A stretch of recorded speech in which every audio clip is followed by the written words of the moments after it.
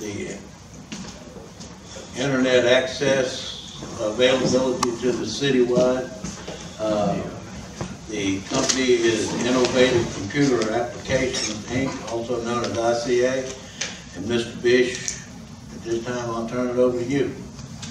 Good evening, everyone. All right. Well, tonight I want to discuss another technology that you should consider for internet service for your town. So I know that you were presented something recently for fiber optic service to all of the homes, and you know, the timeline and pretty much the general numbers involved with getting that type of service ready for you. So over the years, there have been other technologies that have developed, and this technology has been around for quite a while, and it is now a significant threat to the other internet service providers, typically cable type of service. So you're familiar with cable coax that goes down the road with cable TV, and then there's DSL that you would have like a phone line in your house, and they would use that phone line to also give you internet service. Years ago it was dial-up, and then they turned it into what was called DSL, and you got a little box in your house. And then you see a lot of people around town here who has a satellite, by the way. If you live in Granville, raise your hand, by the way. Okay? All right, now if you have satellite service at all, do you have that at your house? I've driven around many of you. Okay? Yes, and then, yeah, Dish. So, and then there's DSL service, which would be typically AT&T. Uverse is another form of it as well. And then, do any of you have cable, like Charter or Comcast or anything like that here? I don't think so, yeah. So those are the competing types. Well, there's another type that's called WISP, and it's a wireless internet service provider. So, first of all, let me tell you a little bit about our company. Innovative Computer Applications, we were established in 1997. We're a managed service provider, so we will help companies get internet services. We will help them get even just something down to Microsoft accounts and things like that, email hosting, things like that. We provide commercial IT services for the South Metro area. So, along with that, we design networks, and we've been doing commercial networks for many years. All sorts of places, car dealerships, doctor's offices, you name it. And we have access to all sorts of technologies available. And part of this, we've been working with the city, doing actually the IT work here in these buildings for many years. And one of the things that was mentioned not long ago is having internet service, you know, obviously for all of you, but high speed. And some of the public buildings around here have maybe 10 meg AT&T service, which is terrible. I mean, you barely can get any work done, let alone, you know, monitor any public safety and things like that. So one of the challenges posed to us was, well, first of all, do you have any connections that might be able to get us internet service? And most of those panned out to not come true. So, but oddly enough, in this very building, and a couple buildings around here, there is actually fiber. And it's the same fiber that runs the Noonan network. It was originally Noonan Utilities, which then became NewLink, which is now WOW. And WOW is now connected to many high-speed networks, and they own a large part of the market, especially in the southeast. So along with that fiber that's in this building, the fire department, the library, RESA, we can tie into that and distribute it another way, which is far less expensive. Okay? That's good. So, wireless internet service provider. With this, we can use existing buildings such as the water towers, telephone poles, other equipment that has, you know, higher altitude than, you know, of course, the buildings in the area, and we can transmit from towers down to your homes. So you already have satellite dishes, probably something far bigger than something like this on your house. This is the largest type of receiver, and they go down to receivers that are about this big in diameter to receive internet service from miles away. it's not like your cell phone that you take and use as a hotspot in your house. See, because you have all the walls around you and everything else obscuring the signal to get to your phone. This would be something that's outside of your house, bringing that signal in to a device about this big. Actually, this is the device inside your house. This device right here would power the antenna and actually provide a wireless signal to any of your devices in the house, or you can even plug in a computer directly to it. So, you see, wireless technology has advanced. Now you say, well, I wonder how fast really can it be? So, let's go through a few things. So first, a WISP. You have a small antenna placed on your home or office, and it gets a signal directly from a nearby tower. The two water towers in this town, one is at Risa, the one's right behind us here, can see many, many, many of the homes. Direct line of sight. This technology will actually go through vegetation to an extent. So one of the challenges posed to us by the state was, well, this is great, but can you prove it? So as we go by, the city has actually helped us to test this theory. So again, this would be one of the smaller antennas that you might have on a house. There's another example. You'll see around the tower, there's transmitters, and then at homes, there would be small receiving dishes. Okay, let's go through some of the differences. Again, cable services require, well, the cable actually has to be down your street. Well, sometimes that's not even good enough. If you live a couple hundred feet or a couple hundred yards off the road, they might say, well, you're too far away to even get the cable unless you want to pay a couple $1,000s for us to bury the cable to your home. I can't tell you the amount of times even businesses would have to pay $5,000 or $6,000 just to get internet service so they can run their business. I've seen the contracts, I've seen them signed. DSL, again, it was based on phone line technology where you would have a phone line and then you could also add DSL service to it. The problem is, the more people that get on that network, the slower and slower and slower it goes. It's really an obsolete technology, so WISP offers consistent speed all the time. Remember, this WISP network would be powered or fed from a fiber optic feed. So we can get that feed anywhere from 1 gig all the way up to 10 gig if you want, or even more if you wanted to pay for that. Really, there's no need. Even in the previous presentation, 3 to 4 gig would be enough to feed this town and give you plenty of bandwidth for everyone. Satellite. So we all know you have the satellite dish, it has to be south-facing. But remember, that signal goes 22,000 miles up into the atmosphere to hit a satellite, then come back down. And there's a lot of latency. So, it's just like if I were to pick up my cell phone and talk to you, sir, I would speak and then in a few seconds you would hear my voice through your phone. That's latency, that's delay. And so the longer the distance, even though it's traveling at the speed of light, it really becomes a big difference when you're trying to operate. So satellite's great in some instances, and it's kind of like a WISP internet service, but it has problems. So, cellular data. The problem you run into is, well, you're inside your house, you're trying to share your data on your phone. Is the signal 1 bar in your house? How good is it? And then, are you switching between one tower and the next? Or even if there's a lot of traffic on this interstate out here, remember, all those people are on streaming stuff too in the backseat of their car, if they're not texting already.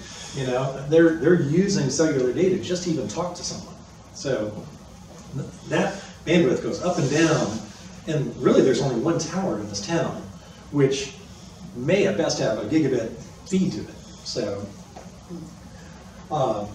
and with the topography of this town anyway, there's some really bad dead spots. Some people are in low-lying areas, and you might even not even have cellular signal. So, there are currently 1,480 WISP providers in the United States, just alone. This is a very big technology in areas that aren't as built up. I mean, even Metro Atlanta has them, because there is a price to getting high-speed internet from one point to another in even those areas. So there are some providers that can find ways of transmitting from one building to another just to get internet service at a lower price. It's a very, very affordable technology. These antennas are much cheaper than you'd ever think, all right? So in doing this, you'll find a lot of places, say like Puerto Rico. If you've ever seen pictures of the wiring on the telephone poles, it is horrendous. So to provide a cable network or fiber network in that sort of area is terrible. So you'll find a lot of even the islands or places over in other foreign countries that just aren't as developed and can't afford that sort of thing or just don't have the access to that kind of stuff. You'll see these are very reliable systems. Well, and you know, the military, they use radio technology. I mean, it's how they fly drones. They use it to fly their satellites. It's, you know, there's not a cable when your police department goes out. It uses wireless technology to look up your tag information, to take pictures and transmit them back, and it is the future. So, and you might say, well, you know, this is something that just some engineers concocted, and you know, it's something that's, you know, for niche markets and hardly anyone's going to use it. Well, even AT&T has realized that this is a viable solution. However, the prices are higher, the speeds are lower, there's data caps, and there's limited availability. Here is actually the website. You can go out to AT&T and you can see fast and affordable, and it is a fixed wireless internet. So, starting at $60 a month, next year it's going to go up to $70. You'll see in the contract on the next page. And there's data caps as well. You can buy more data, so it's kind of like satellite service in a way. And you know, I have customers that are commercial customers that are out in rural areas, and when they use up their data, then all of a sudden they can't do anything. They have to buy another, you know, bulk or quantity of data. So you'll see here's their terms and conditions. The first year is 60, then it goes up to 70. But then there's, you know, data plans, and then you can buy more data for $10 for 50 gig. You know, you'd be amazed. You think 50 gig, oh my gosh, that's a lot. But when you start watching some movies, that'll be gone in no time. So here's the case studies. So if you need some references, even in McDonough, they've set up their own network. The city actually bought equipment, and they had access to some fiber to feed the system. So they tied most of their buildings together, police department, fire department, all those critical departments together with wireless. And then they also provided it as a public internet for when they have downtown gatherings or individuals. This same sort of technology is available here. If we were to put antennas on this water tower, not only would the residents benefit from it, but police department, if you wanted them to have cameras to monitor intersections, your subdivisions, if you feel that there's some crime and issues like that, you could have a camera monitored by the police department outside of your subdivision if you want. The interstate, you know, there's a lot of things, and actually there's actually specific bands of frequencies that are allowed for the police department. Through antennas like this, the same equipment that would be mounted, you could get a free license for the police department to use if you needed them to monitor certain things in your town. Even in Manhattan. Now, if you've ever been to New York, it's crazy. I mean, you would think, why would they ever need a WISP? But even this company set one up, and they do it for particular markets of people. In, you know, it's all in education, hospitality, you know, healthcare, different vertical markets like that. So they're not just providing just to people in homes, they're providing to commercial customers that are mission critical. So this type of equipment is very reliable. Even in weather, in other ice and rain and all sorts of odd conditions, it works just great. So there's some technical things involved with that, but I know you've seen, like with satellite technology, it degrades with really bad weather and things like that. It all depends on the frequency. Your cell phones don't stop working when it rains or there's snow and sleet and things like that. It all has to do with the frequency. And these are very near to that same frequency. All right, so let's talk about what this is going to cost. So previously you were given a presentation about fiber optic service. And a timeline of roughly 3 years to get to the finish line. The cost was 1.8 to 2.2 to my recollection. If someone has any other information on that, I'd be glad to hear it, but I believe that was the number. A WISP network for this location here would be $560,000. So 25% of the fiber. All right, so let's talk real numbers here so that you can see what's going on. Okay.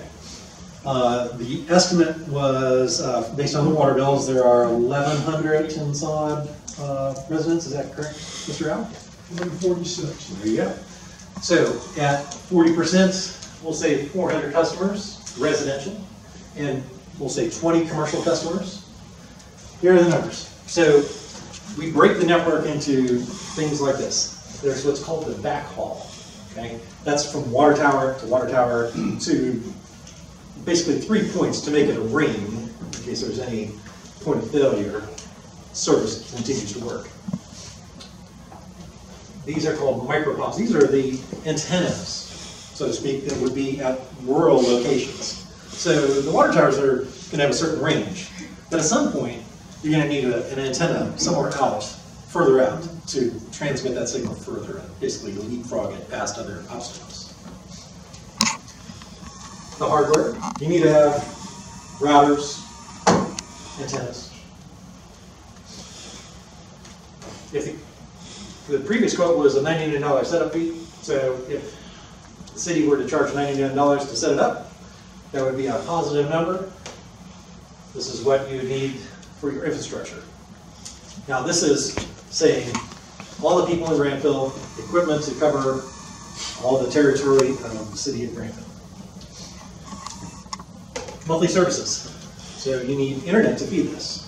So the more people you have, the more internet feed, basically the backhaul feed is what you would need to provide this.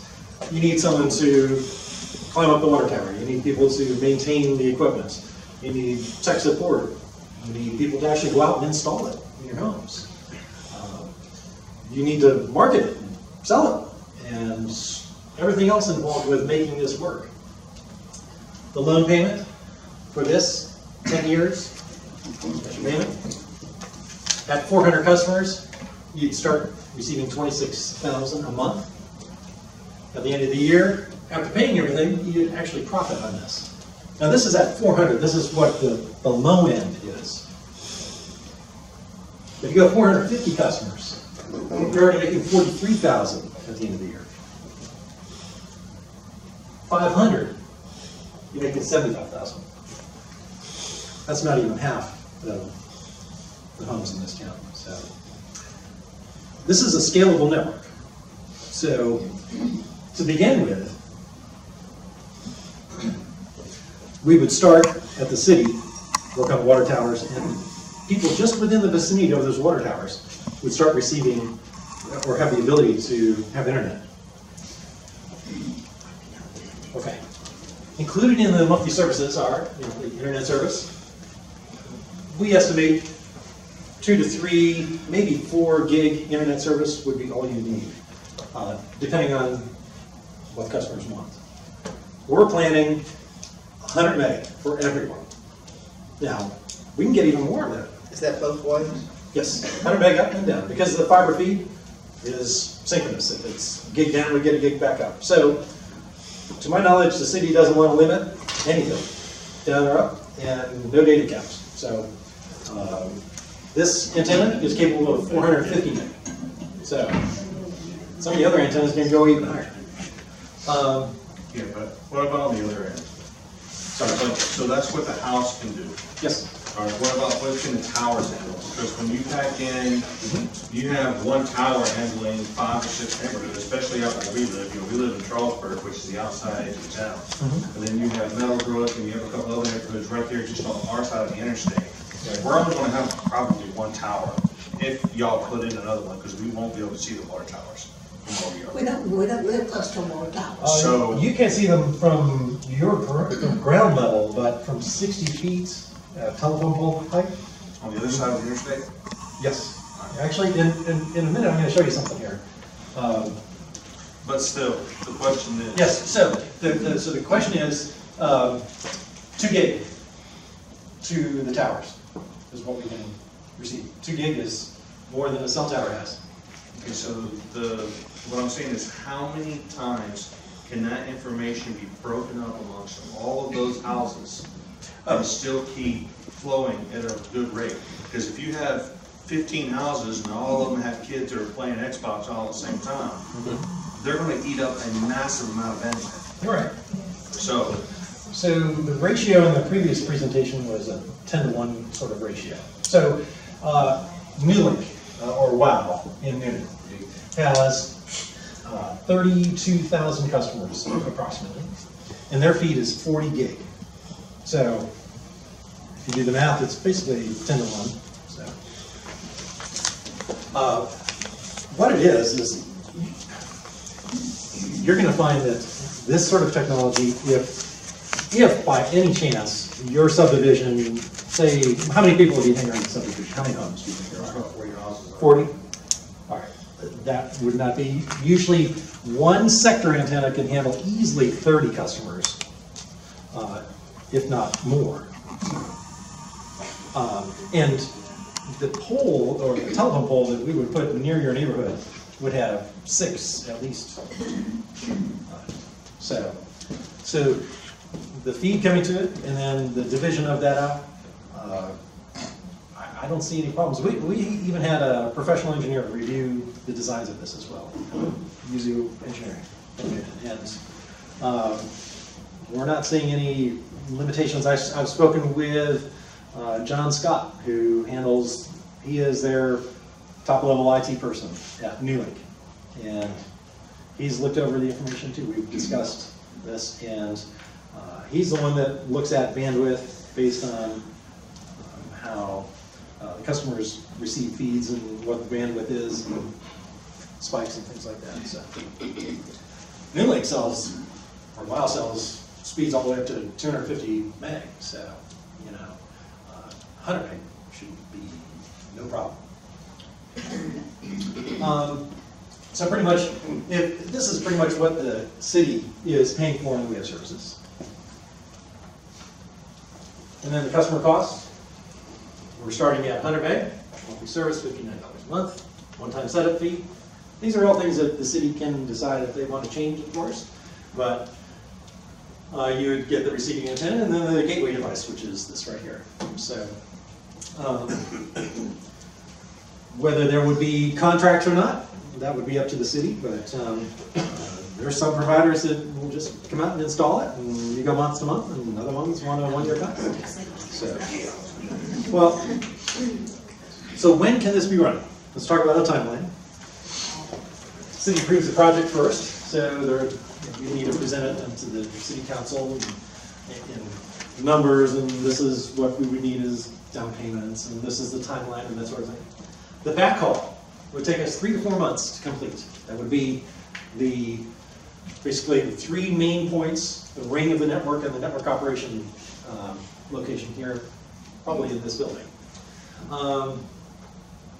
Month 4, first customers would come online. So anyone within the vicinity of those main points would be eligible then for service. At that point, we would then work in the more rural areas from the city and start adding towers, and basically towers are telephone poles. So, and I'll show you a picture of one. So if you're concerned about how they look, I can show you what that would look like here in just a minute. Now, so you wonder, well, does this really work? I mean, it's all theory. I'm showing you some antennas and things like that. So remember, the city posed a challenge, more like to us, to say, well, you're talking about this, but can it really work? And so they said, tell you what, if you can make it work at the furthest point away from the city, furthest point west from here, all the way past the interstate, then we'll consider it. So I said, well, all right. So on our own dime, we purchased the equipment, and we put it together. On your Risa water tower, we have an antenna. On a classic road, the city was kind enough to set a telephone pole out there, and we added solar power. So it has no power at all from the city. We have our antennas up top, and that was done at 9:20. So we completed the first part of the network. On Classic Road, we were given a 100 meg feed, testing feed from Newlink. You can get 100 meg internet right there. Well, the challenge was to get out to the west part of, or the east part of Granville. So right here in this subdivision, we said, well, let's see how far out we can go. So, right here at 13 St. Charles Place, we have a customer actually online right now. For the last couple weeks, they've been watching Hulu and Netflix. They've been on Facebook. It works.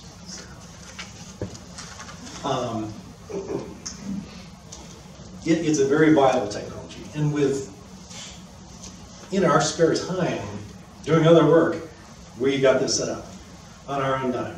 So imagine what we could do with an investment in this. We can get internet for everyone here. So in summary, WISP, 25% of the cost of other proposals, speed starting at 100 meg, customer monthly cost, $59. First customer is going to be up in 3 months. Like I said, we already have a telephone pole out there on Classic Road. With a little bit of an upgrade to that, we could get more customers out there in those neighborhoods that have asked for it. Network completion, 12 to 14 months. Okay. So I've covered a lot of information. What sort of questions? No data cap. No data cap. They haven't asked for one, so network-wise, there's no reason to put it on there. Okay, my question is, so the city would be purchasing this, and then we would purchase this from the city, basically, correct? Like our contract would, or however you want to word it, we pay T instead of like I have AT&T, so I pay AT&T, but I would pay the city my bill each month. That would be y'all's choice. That would be a choice. We would run it as a utility. The question that we have not worked out yet is the management of it. But as I understand the proposal, but they could also be the billing person. That's a possibility, that they would stand as a separate entity and reimburse the city. In other words, when your internet went down, you wouldn't call the city, you'd call Innovative Computer Applications. So y'all can be 24 hours if somebody works night shift. But we have a lot of 911 people that work night shifts, so they're up at night, so their internet usage would be 3 o'clock in the morning on their day off. Who would they call? So you would call and you get, so it's just like any of the other providers. So you would call, troubleshooting. Then you get transferred to 25 different people. They're not going to roll a truck out to your house at midnight. They come out during reasonable working hours, or if it's unsafe conditions, bad weather, things like that, nobody's going to be But climbing y'all be up. available for troubleshooting calls at 3 o'clock in the morning? Help desk. Yeah, help desk. Yes. So there would be phone. There would be phone, tech support. Yes. Okay, but my question for the city is the city will have a contract with this? So WISP is the technology. So we're ICA. So they. Like, if you feel like changing something, then I have to either Like it or not. right and raise the prices or whatever. Like with It's no different than direct Right, TV. yeah, Say all that to you. Now, I live the furthest away, up at the intersection of Bexley Road and Bradbury. Will they catch that? That's your maximum limit. This is Bradbury and. Well, He drives. Oh yeah, right here. it's almost, Here, this corner here, right? He Is drives that across correct? the road from you. So start letting them get it. Yes. Okay, I live on the other end of Bobo Banks. And I'm way off of the off of Bobo Banks. Is that, You'll need to show me, ma'am, I may not know that road. let's see. I live almost to where it runs into Allen, you know, at the far end. Well, okay. The plan is for everywhere inside the city limits, there will be internet service available. But I don't think I'm in the city limit. All right. So, I would have to look at your location on the map. Is it, can you show me here on the map? I don't know if I'm in or not. I've only been here since June. Okay. I'm Here's, very new. here's your interstate, and we're right here. Okay, I don't. Did you come in from right now? Yeah, if you go up the interstate, it's above Banks, it's off of 29. Oh, okay. Is that so it must be? Okay.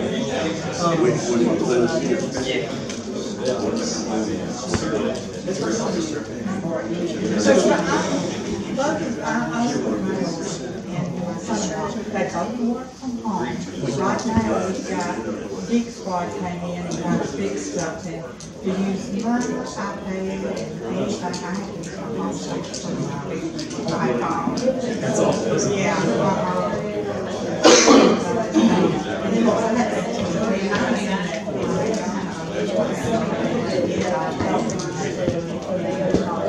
Oh, yeah. So I think we already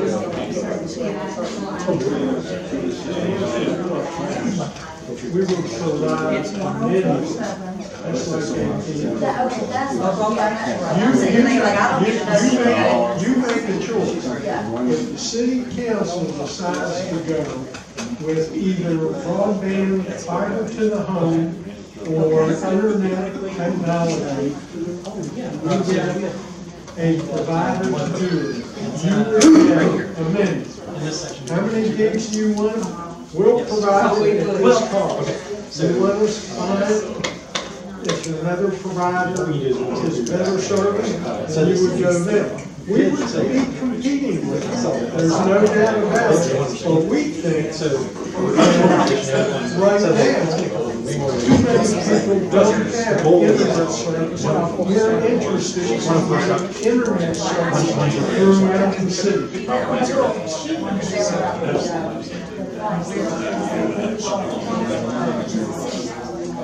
Correct.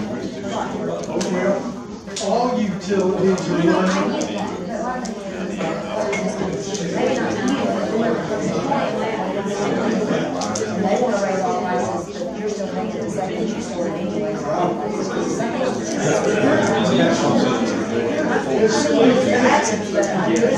It does.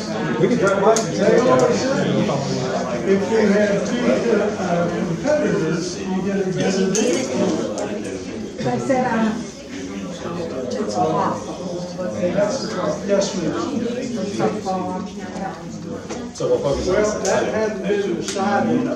However, in that presentation, he's saying 100 up, 100 down. That's the speed, but he's saying Unlimited. That's the speed. That's based on So, are there more questions? Yeah, I've got Yes. your, what was the price per customer that you were, basing your numbers on? $59. $59 a month? Yes. That's an Okay. example, the city has agreed on. So again, the city manager and the mayor would need to decide, based on these numbers, is $59 reasonable for what they're going to invest in this?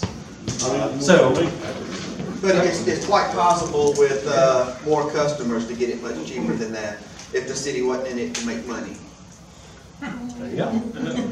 Or expand the system and make improvements to it. Another option is to offer 50 meg service. Some lower price. I mean, 50 meg service up and down is pretty decent service, you know, especially for someone who has no internet or 10 meg internet. So, again, a lot of providers out there will give you just a little bit of fee just so you have some internet, but, you know, the city wanted to pose a challenge to get fast internet, like they have in Newnan and other surrounding, cities. So, You're in a rural area, so. I got another question. Are there any latency issues with it? I mean, what's the latency rates for remote desktop, those kind of applications? You well under 50 milliseconds. Okay. You're talking from Risa all the way out to Charlesburg, St. Charles. St. Charles Place, 23 milliseconds is our average latency. Very, very, And- very manageable. And that's with a tower that's further away than what our plan is. Our plan is to get it even closer. So, Jack, wasn't this about a half mile right here? Correct. Yeah, so we would have them closer, quarter mile away from your house. Does And- this, And put one up at the. Put one in our yard. Okay. does the basic network allow for fixed wired or fixed fiber internet to business customers if that's required later? Yeah, sure. So, again, we're feeding this with a fiber optic feed. Okay, Right, so, in that room right behind you is 10 meg fiber feed from Newlink right now.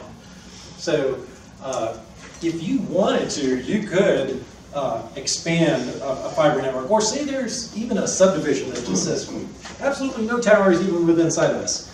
Well, if you wanted to bury fiber all through the subdivision and then feed it from the outside, you could do that. We actually already have fiber buried in our subdivision. When Tom Wilson built our subdivision, he laid fiber optic through the entire thing. Now, unfortunately, there's not any fiber running to the subdivision. So And is it running actually into your house, or is it just out in the street? it's all the way to, it's just to the phone box in the street. At the street, okay.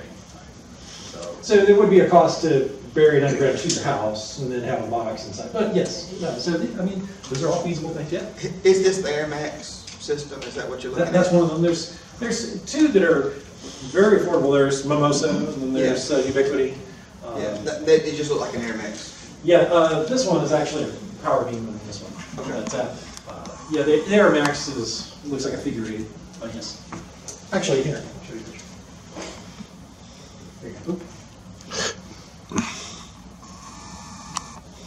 Yeah. All right, and these would be the high-speed antennas. You wouldn't have this at your house. This would be the thing that would connect some of the backbone together. Any other What questions? would be the install price of the subdivisions if they say not to, That would be up no to. towers? Yeah, that would, so, you know, we We're don't. doing basic install is $99, Mhm. and then your monthly fee. So in that price that we had quoted there, the $59 of that is to pay for the equipment each month. So really, just like the other quote, it was $50 a month plus $9, so it's $59 to cover your equipment. But you're looking at, could you actually do that, have like a major receiving unit for a neighborhood and then Yes. be broken up amongst the houses through the fiber optic Yes. existing? You So could do that. the install price would be comparable because we're not having poles set up, we're not having to pour concrete and set up a dish at every single house. It would just be the fiber line run from the box to the house. Yes. So there wouldn't be like an additional cost for setting that up. It may actually even save money and materials. Right, so technically to set it up, it would be the same price for us, but now, there would have to be a contractor that would run that cable through your yard to a box in the house, and then, yes, we would enable your service that way, yes. Sir, do you know who owns that fiber optic in y'all's neighborhood? Is it Tom? We're Tom, an Tom. HOA. Sir? We're an HOA, so the fiber is ours. It's already been buried, it's already been set up, it's. I asked Tom after the Nokia meeting, somebody mentioned that it was already some fiber optics in that neighborhood. He said he didn't know who it belonged to, that it wasn't his. So that I know he maybe had to- Charter I know he had to or fix it. somebody actually may own it. I don't know, but he didn't know the answer to that. Well, if you go online, AT&T says they own it, but they won't do nothing with it. They just blocking it pretty much. Right, that's what I'm saying. You had to negotiate with them Right. to first before you done anything else, probably. I imagine all this is 5 gigahertz. Well, actually, 5 gigahertz would be to your homes, but the backhaul, the part that you're not connected to is either on 11 gigahertz or 24 gigahertz. Okay, so So yes, there'll be very little. there won't be any competing frequencies and things like that. Can you tell them what a gigahertz is? Okay, so gigahertz is the frequency, just like when you hear a key pressed on the keyboard in the middle, like a middle C, that might be 220 hertz. You know, it's the frequency that the string vibrates at. Well, when these antennas send out a signal, it's gigahertz, not just hertz. Hertz is basically like a waveform. And so this is all being streamed out of these cellular towers and antennas. So the frequency and the power of that determines how it can penetrate through walls, and, trees, and rain, and things like that. So the FCC regulates what frequencies are free to use and which ones are not. So most of these are unlicensed. There is one licensed one, which we would have included in this.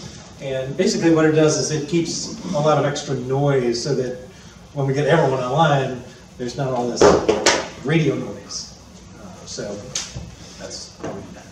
Tim, let me ask a hypothetical about this, where you're running this test right now. Yes. Say I live in that subdivision, their house is built, Yes. and I'm down in the hole. Is everybody else going to be able to get it, but because I live in that hole, I'm not going to get it? Or Well, okay, so we've used a lot of topographical maps to determine the best locations, just like the cell providers do as well. So at roughly 60 feet, nearly every home in a subdivision is visible, at least the rooftop is. And so, say you're the one exception. You're bought a house and you're way down in some gully somewhere.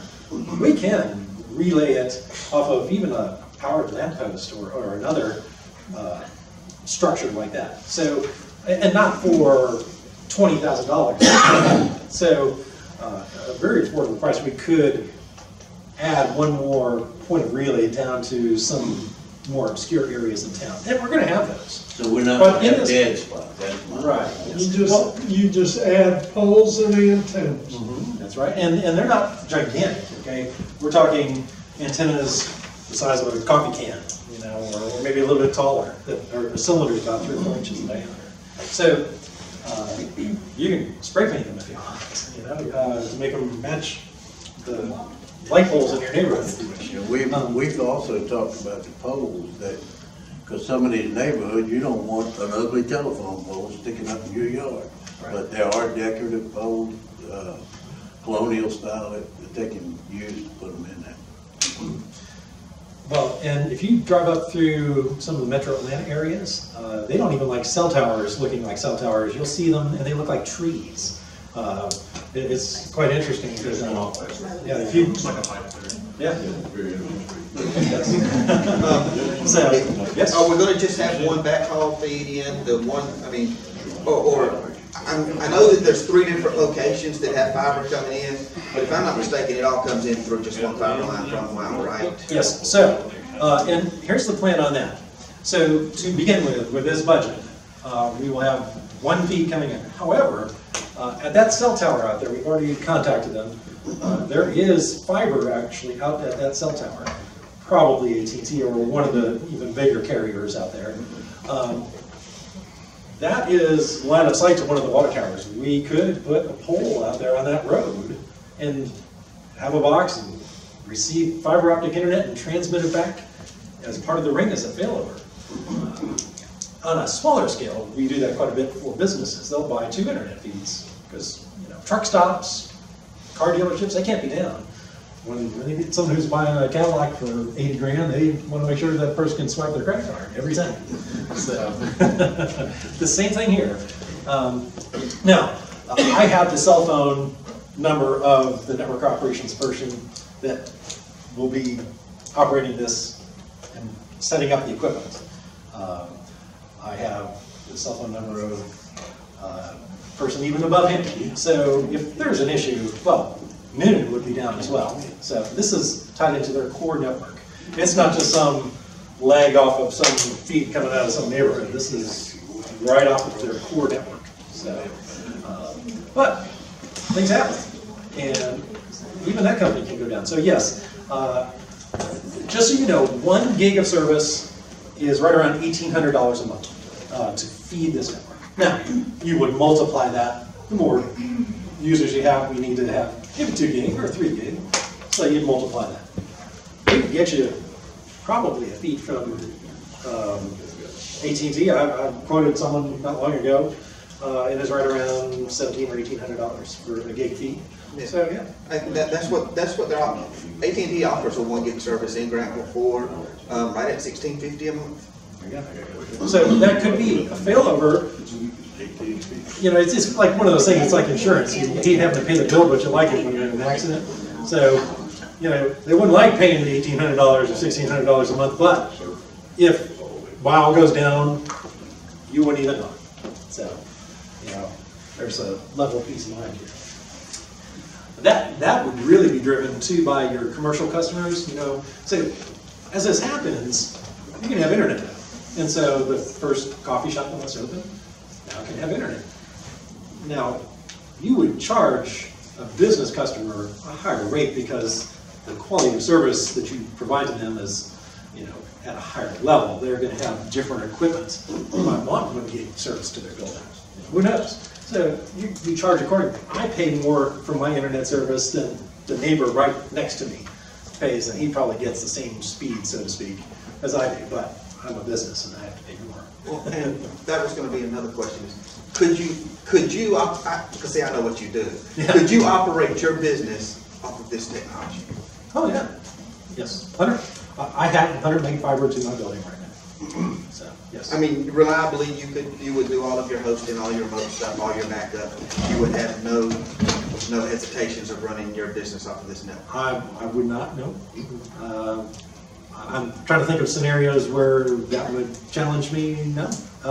Because I've seen it operate, and I've seen this customer, you know, I haven't seen him here tonight, I wish he was, but anyway, his neighbors can testify for it. And that's just something we built in our spare time, working with other customers. So I have customers that, okay, yes, I have some very, very critical customers that have this tying buildings together, and I don't get calls on this unless someone goes and cuts a cable or something like that. Yeah. So, yes. Yes. The house that you're testing at, Yes. we live 2 doors away. We're Yes. in the house you were gonna test at, but it wouldn't work. Yes. So if they're getting it and we can, what are you gonna do to make sure we get it? So, back on this map here. I'm sorry, the map is a little small on the screen. However, so we have limited resources. Remember, we have the Risa water tower, and we were given a test feed. The challenge was to get out as far as we can, so we were given 1 telephone pole to put in the ground. We had to pick the best spot within reason to get that service. So we put it on Classic Road because it had a view of both this neighborhood and yours. So based on how the earth is formed in your neighborhood, your house happens to be obscured by a hillside. So it can't transmit through the earth. But the plan is to put a telephone pole right out here, and we can see right down through all of your homes at 60 feet. You may have seen us, we've been flying a drone, taking aerial photography, and we've checked and we've made maps, and so yes, ma'am, we can get you internet service, assuredly, no doubt. Sign me up for it. Yes. In fact, even from this little road right here, I believe we can see your rooftop from the road. So at 60 feet, no problem. So but you're also talking about what's the size of the pole that each house would have? Oh, with the receiver on it? What's so that height? The antenna? So the antenna at your house, all right? So you have maybe a satellite dish on your house now currently? Or do you have in my yard. Sorry? I got one in my yard. Okay, so near the peak of your house, we would mount a small gooseneck pipe, probably 20 inches tall, and there'd be an antenna on that. So again, this is not exactly the antenna, this is the largest, of course, but there are smaller ones, so, okay, so this would be the very biggest, and this is not actually the one, the other one is more contoured and smooth and more aerodynamic and less visible. The one's actually installed in that house? Yeah, actually, we installed this, you see this little cowl that comes out like this? The one we installed did not have this, and it actually has a plastic dome that we just didn't put on it that makes it work aerodynamic. So yes, if you drive by 13 St. Charles Place, actually, I don't have a picture of it, but yes, you can see it. We passed our house when we go in there. Yes. Now, again, theirs is a temporary setup. I didn't want to mount a whole bunch of stuff to their house because it's just to test with. So you'll see a pole from the ground up, just anchored to the peak of their house. That would all go away, and you would just have an antenna just above the height of your rooftop. So we don't need to get up to 30 feet above your roof or anything like that. You're talking about, earlier you were talking about the, using the fiber optic lines coming out of Noonan. Yes. But those lines don't just come out of Noonan, they also come out of somewhere else, they go somewhere else. They go all the way up to Atlanta.